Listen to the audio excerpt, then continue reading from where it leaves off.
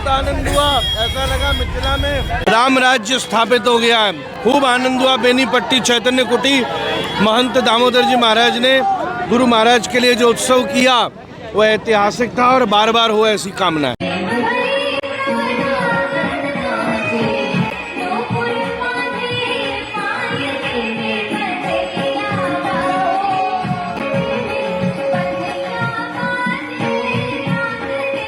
नमस्कार, आप देख रहे हैं न्यूज़ टुडे मिथिला। मैं हूं आपके साथ आकाश मिश्रा। इस वक्त हमारी मौजूदगी बिहार के मिथिला में और मिथिला बेनीपट्टी चैतन्य कुटी पिछले यहाँ महोत्सव हुआ था और महोत्सव को लेकर जिस तरह बताया गया था कि बेनीपट्टी चैतन्य कुटी ब्रजधाम हो गया है और जिस तरह कार्यक्रम हुआ पूरी तरह शांतिपूर्ण ढंग से ये कार्यक्रम हुआ। तरह से मिथिला के पावन धरती पर इतना सुंदर कार्यक्रम जहाँ आचार्य पुंडरीक गोस्वामी जो वृंदावन से चलकर आए थे मिथिला के पावन धरती पर, और जाते जाते उन्होंने ये भी कहा कि मिथिला में ऐसा लग रहा था जिससे समझो राम राज्य स्थापित हो गया है। इसी बीच जो र्यूमर को लेकर के सत्य क्या है ये बताइए। देखिए, र्यूमर तो इतना बड़ा कार्यक्रम आज तक बेनीपट्टी क्या मधुबनी जिला में नहीं हुआ। ये हम बगल के ही हैं, हम बहुत दूर के नहीं है, हम समस्तीपुर जिला के हैं। ऐसा कार्यक्रम पूरे मधुबनी जिला में नहीं हुआ, तो इससे तो आश्चर्य हुआ कि इतना भव्य प्रोग्राम। कभी कभी हमको तकलीफ इसलिए नहीं होता था कि इतिहास है, जितना बड़ा यज्ञ होता है कहीं ना कहीं विघ्न करने के लिए लोग उत्पन्न करते हैं, लेकिन विफल हुआ। यहाँ उत्पन्न किया, लोग समस्या लाया, लेकिन कहीं किसी का नहीं चला। ये सब ऊपर वाला का कृपा हम कहेंगे। यहाँ तक मौसम लगा कि आज बहा देगा, तो भगवान जब जिस पर है मेहरबान है तो वहाँ क्या होने वाला। इस पर भी इतने प्रसन्न हो गए कि वह भी ऊपर से पुष्प वृष्टि कर रहे थे। सभी को इसमें हम दोषी नहीं बनाएंगे।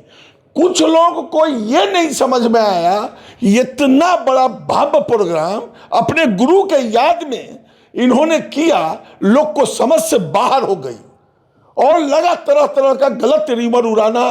कभी कहे कि कहाँ से इतना पैसा आया, कभी कहे कि जमीन बिक रहा है, कभी कहे कि आज रजिस्ट्री हो गया, कभी कहे कि नहीं फलाने जगह से पैसा उठा लिए।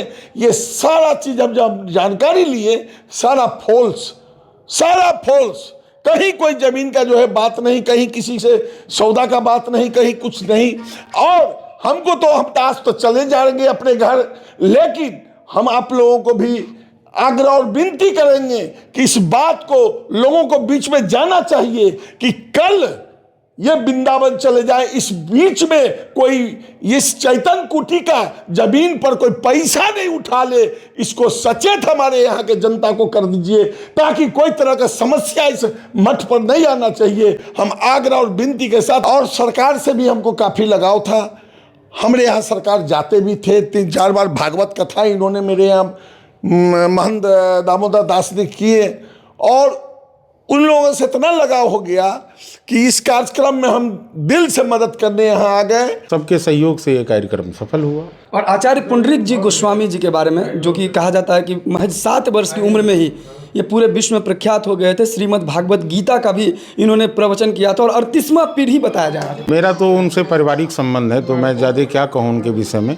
सभी प्रकार से उनकी योग्यता के विषय में बात वही हो जाएगी कि सूर्य को दीपक दिखाना। वो सूर्य हैं, भास्कर हैं। वृंदावन से आए हैं सुधीर शुक्ला, और मैं इस आयोजन में आया, इस महायज्ञ में।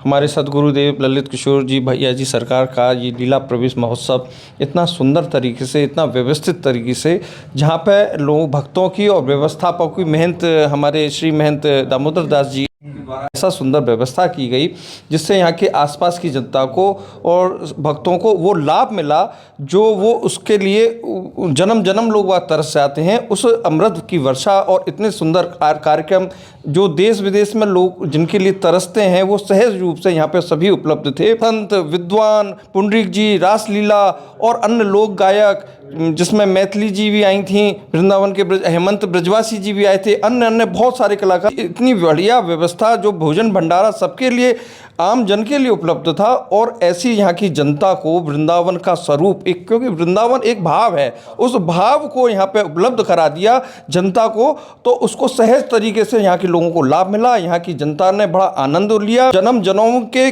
सदकर्मों के प्रयासों से ऐसा आनंद मिलता है। कोई दुर्घटना नहीं हुई, लाख तमाम लोगों के प्रयास रहे हों भले ही, प्रकृति ने साथ दिया। हमारे सदगुरु लल्लन सरकार जी की एनर्जी यहाँ पर काम कर रही थी। उन्होंने जितने भी विरोधी थे काल नेमी, उनको उनकी बुद्धि को शुद्ध करके उनके प्रयासों को विफल कर दिया। सतयुग में धोबी ने आरोप लगाया था, इसी तरह यहाँ पर भी कई सारे धोबी हैं जो आरोप लगा रहे हैं।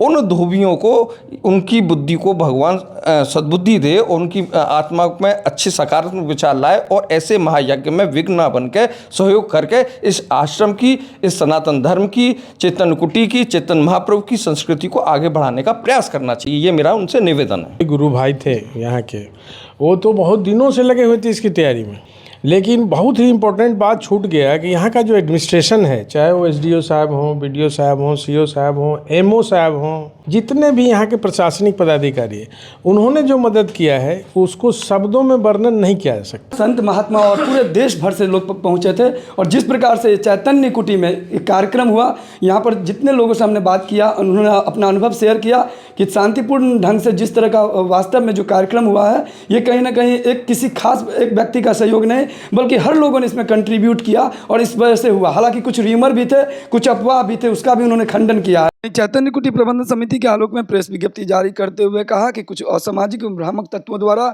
यह निराधार एवं असत्य प्रचार प्रसार किया जा रहा है कि सद्गुरुदेव ब्रजलीला प्रवेश महोत्सव के आयोजन के लिए आश्रम की संपत्ति का विक्रय किया जाएगा।